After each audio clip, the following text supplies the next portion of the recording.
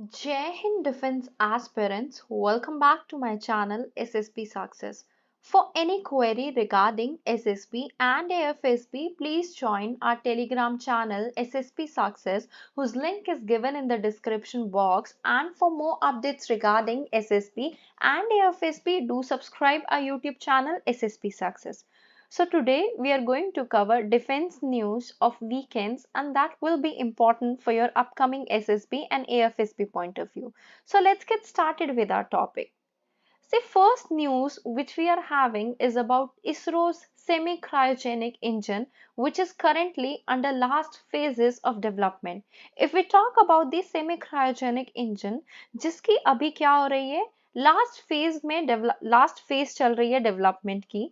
सो जो डेवलपमेंट है semi cryogenic engine, वो पावर करेगी इसरो के फ्यूचर लॉन्चेस को इन फाइनल स्टेजेस. जो सेमी क्रायोजेनिक इंजन होते हैं, जो basically much needed heavy lifting करेंगे इसरो के फ्यूचर लॉन्च प्रोग्राम्स को, जो कि अभी लास्ट फेज में है.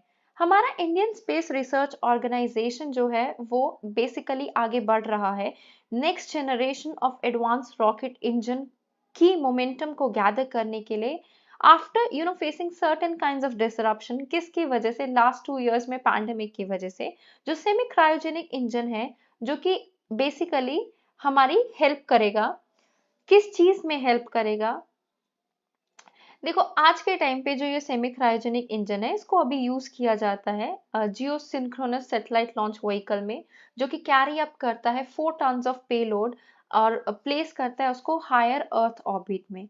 जैसे ही हमने पेलोड को बढ़ाया, तो क्या होता है, बेसिकली सेमी क्रायोजेनिक इंजन जो है बेसिकली वो एक ही स्टेज है इंडिया के स्पेस प्रोग्राम का. ये जो सेमी क्रायो इंजन है, इसमें मोर देन 40 to 45% जो है सब सिस्टम उसको क्वालिफाई किया गया है, टेस्ट किया गया है, and which is being found satisfactory. Now हम किस चीज पे काम कर रहे हैं? हम मेजर असेंबली पे काम कर रहे हैं इन सब सिस्टम के, जिसको हम थ्रस्ट चैम्बर बोलते हैं, जहां पे एक्चुअल फायरिंग जो है टेक प्लेस करेगी और थ्रस्ट भी जो है डेवलप्ड होगी. सो लास्ट स्टेजेस जो है डेवलपमेंट के, उसमें है हमारा ये इंजन. जो गोदरेज एरोस्पेस है, जो कि आर्म है ऑफ गोदरेज एंड बॉय से, और फ्लैगशिप कंपनी है गोदरेज ग्रुप की, जो कि इसरो की टेक्नोलॉजी पार्टनर है since 1985 for both PSLV which is polar satellite launch vehicle and GSLV, और जो कि अभी एंगेज हो रखी है development and manufacturing of semi cryogenic engine. हमें क्यों जरूरत पड़ रही है सेमी क्रायोजेनिक इंजन की? देखो, अगर हम क्रायोजेनिक इंजन की बात करें, इनकी यूज किया जाता है last stages of space launch vehicles में. और ये किस पे बेस्ड होते हैं? ये रॉकेट प्रोपेलेंट के ऊपर बेस्ड होते हैं, और इसमें एक्सट्रीमली लो टेम्परेचर का यूज किया जाता है. जो प्रोपेलेंट होती है वो कंप्राइज की जाती है लिक्विड हाइड्रोजन और लिक्विड ऑक्सीजन से एज अ ऑक्सीडाइजर.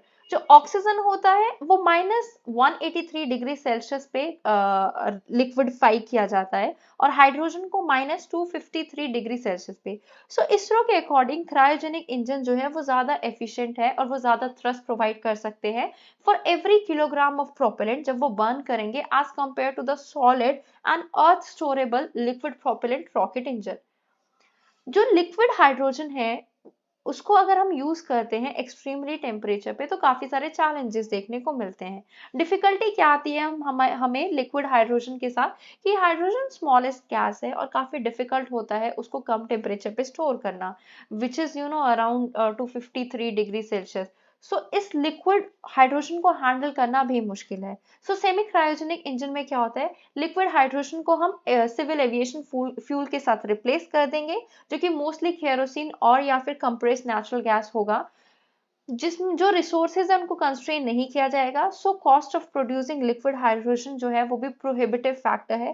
प्रोडक्शन जो है प्रोपेलेंट के लिए सेमी क्रायोजेनिक इंजन के दूसरी तरफ काफी कॉस्ट इफेक्टिव और एनवायरमेंटल फ्रेंडली होते हैं.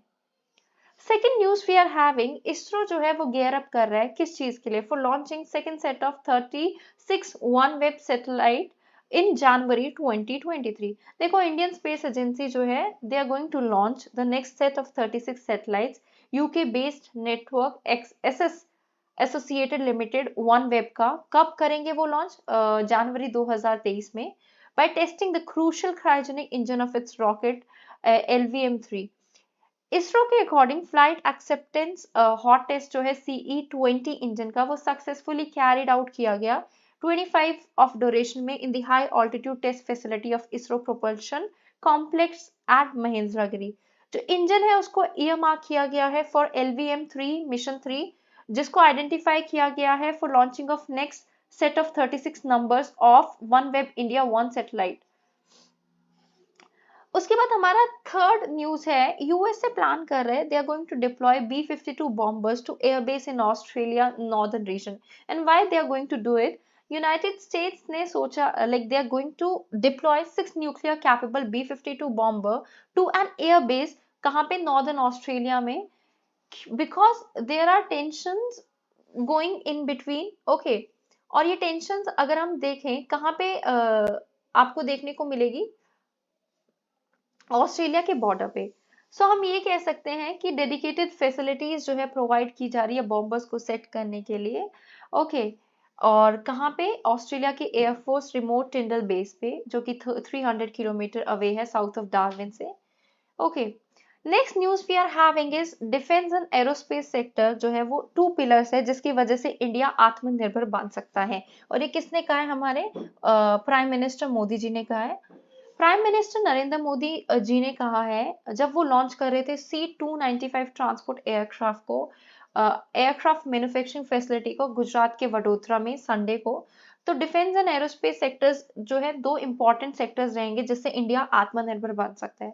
प्राइम मिनिस्टर ने ये कहा डिफेंस मैन्युफैक्चरिंग स्केल जो है कंट्री की वो क्रॉस करेगी $25 बिलियन बाय 2025। मोदी जी ने फाउंडेशन स्टोन रखा C-295 ट्रांसपोर्ट एयरक्राफ्ट का for Indian air force in Vadodara Gujarat. Coming years में डिफेंस और एरोस्पेस सेक्टर जो है 2 इंपॉर्टेंट पिलर्स हैं आत्मनिर्भर भारत के।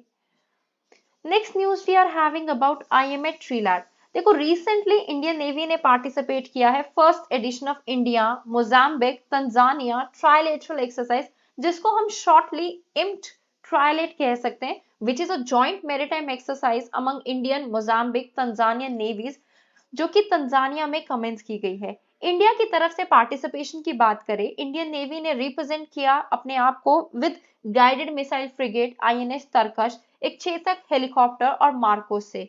ऑब्जेक्टिव क्या है, capability development to address common threats through training and sharing of best practices we can say. Tanzania की लोकेशन को आप मैप में देख सकते हो। इससे क्या होगा, इंटरऑपरेबिलिटी को एनहांस किया जाएगा, मैरीटाइम कोऑपरेशन को स्ट्रेंथन किया जाएगा। अगर हम इसके सिग्निफिकेंस की बात करें तो इससे सागर मिशन को बेसिकली कैरी आउट किया जाएगा जिसमें सेफ्टी ग्रोथ है सारे रीजन की। Next news we are having is related to Garuda 7।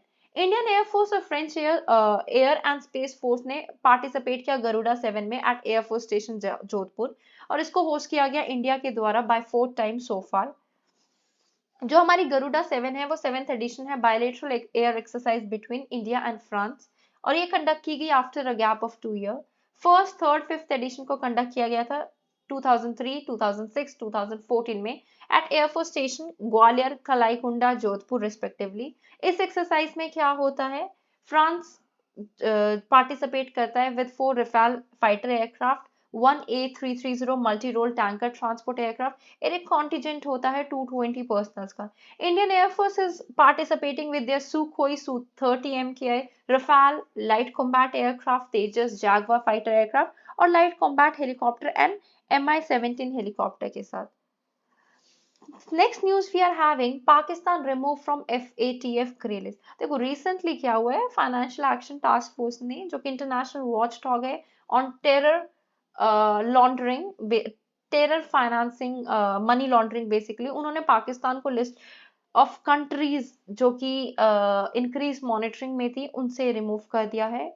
India other neighbour on the grey list, Myanmar जो है हमारा उसको ब्लैक लिस्ट में कर दिया गया और पाकिस्तान को रिमूव कर दिया गया due to the actions by the military leadership after the वहां पे एक मिलिट्री कू हुआ है म्यांमार में, उसकी वजह से। FATF क्या है, ग्लोबल मनी लॉन्ड्रिंग और टेररिस्ट फाइनेंसिंग वॉचडॉग है, जिसका एम होता है काउंटर करना financing of proliferation of weapons of mass destruction. इसको 1989 में सेट आउट किया गया था G7 मीटिंग के दौरान। इसका सेक्रेटरिएट लोकेटेड है पेरिस में। Okay, So guys, that was all. I hope you liked the video. If you like it, do like it, share it, and subscribe our YouTube channel SSP Success. Guys, your likes and comments motivate us to make more and more videos on time. Thank you everyone.